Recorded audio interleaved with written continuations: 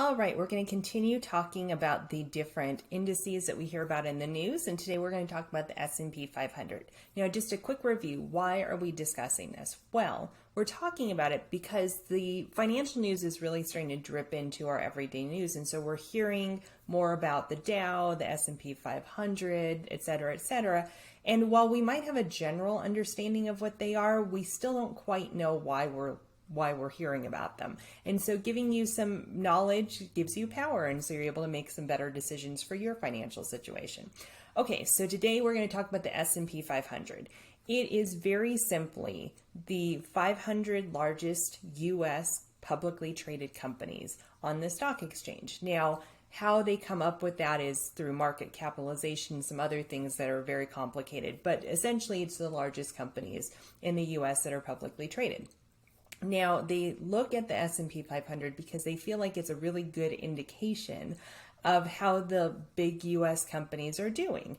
And it probably is. Now, it's 500 stocks, hence the 500. So it is a bit more diversified than the Dow, which we've already reviewed is 30 stocks, right? And so many people will say they own the S&P 500. That's technically not true. You own a fund that is mimicking the S&P 500 because the S&P 500 is an index and you can't technically own it, but you can own a fund that is replicating what the S&P 500 is doing. And so many people will hold that as part of their portfolio, and some people I've seen hold it as a majority of their portfolio because they feel like that's a pretty well diversified strategy for them. One thing to consider is that you are investing in the largest companies in the U.S., and that's wonderful, but are you missing out on some other opportunities? Maybe some international, maybe some small companies that we'll talk about at the next video. Other things like that that might even help enhance and diversify your portfolio for whatever your goals are.